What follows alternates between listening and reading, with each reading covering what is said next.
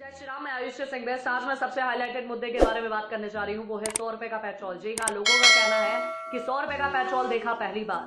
देश की जनता को बोलना चाहती हूँ कि बहुत कुछ आपने देखा पहली बार, लेकिन आप बताने में उसको संकोच करते हो। लेकिन अगर आप बताने में संकोच करते हो तो मैं बेड़ा उठाती हूँ इस चीज का और जनता को बताती हूँ कि क्या क्या देखा आपने पहली बार, और देखने की आदत भी डालो।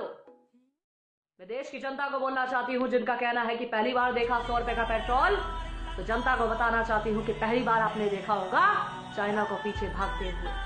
पहली बार देखा 100 रुपए का पेट्रोल, पहली बार देखा होगा पाकिस्तान को घर में घुस के मारते हुए। पहली बार देखा आपने 100 रुपए का पेट्रोल, पहली बार देखा होगा दुनिया को भारत से वैक्सीन मांगते हुए। पहली बार देखा आपने 100 रुपए का पेट्रोल, पहली बार देखा होगा आपने किसानों के खाते में सीधा 6,000 रुपए जाते हुए। पहली बार देखा आपने 100 रुपए का पेट्रोल, पहली बार देखा होगा आपने गरीबों को फ्री राशन और पैसे और फ्री का सिलेंडर। पहली बार देखा आपने 100 रुपए का पेट्रोल, भाई साहब पहली बार देखा होगा आपने भारत का डंका विदेश में बजते हुए। पहली बार देखा आपने 100 रुपए का पेट्रोल, पहली बार देखोगे आत्मनिर्भर भारत को और आदत डालो।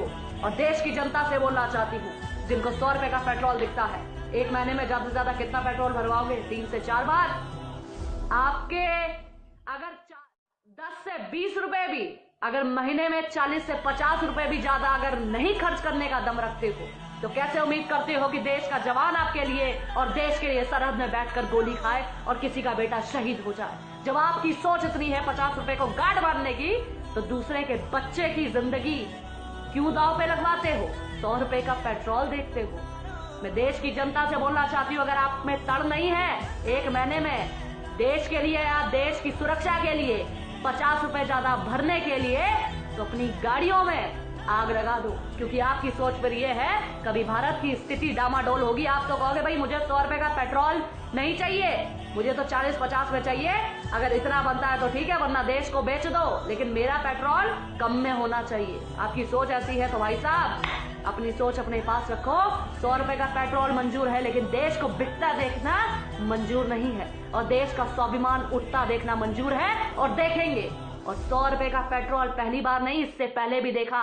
अगर उस समय भी आवाज उठा दी होती तो आज देश के हालात, अपने लिए कभी आवाज उठा दी होती तो आज आपका धर्म खतरे में ना होता और देश खतरे में। आपने कभी सोचा कि कोरोना काल में जब देश में महामारी चल रही है, देश का प्रधानमंत्री देश के लिए, देश के लोगों के लिए और सेना को मजबूत करने के लिए, देश को मजबूत करने के लिए राफेल ला रहा है, लेकिन आपको तो 100 रुपए का पेट्रोल दिखता है, राफेल की कीमत किसी को नहीं दिखती। किसी ने नहीं बोला कि महामारी चल रही है, आर्थिक स्थिति डामाडोल है, लेकिन फिर भी राफेल आ रहा है। बोलना चाहती हूँ, अगर इतने सवाल आपने पहले पूछे होते तो आज देश की स्थिति क्या होती या आपके सामने होता। लेकिन आपको तो 100 रुपए का पेट्रोल दिखता है। वो हैदराबाद का ओवैसी कहता है कि बाबरी कभी मरी नहीं, हम तो बाबरी लेके रहेंगे।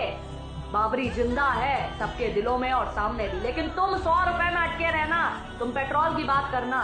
ये जो राम मंदिर भी कोरोना काल में मिला है, इसके ऊपर भी खतरा है, लेकिन तुम्हें क्या फर्क पड़ता? तुम्हें तो 100 रुपए का पेट्रोल के बारे में बात करोगे ना।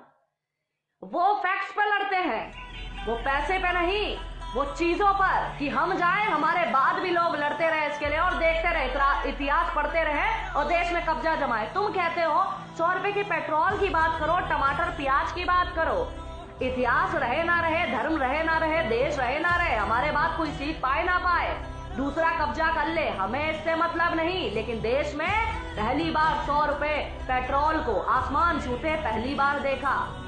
आत्मनिर्भर भारत भी पहली बार देखोगे और बहुत कुछ निश्चित रूप से पहली बार देखोगे। और जागो 100 करोड़ हिंदू, अरे जागो 100 करोड़ हिंदुओं, देश में हिंदू राष्ट्र भी पहली बार देखोगे। बोलिए जय श्री राम, जय हिंद।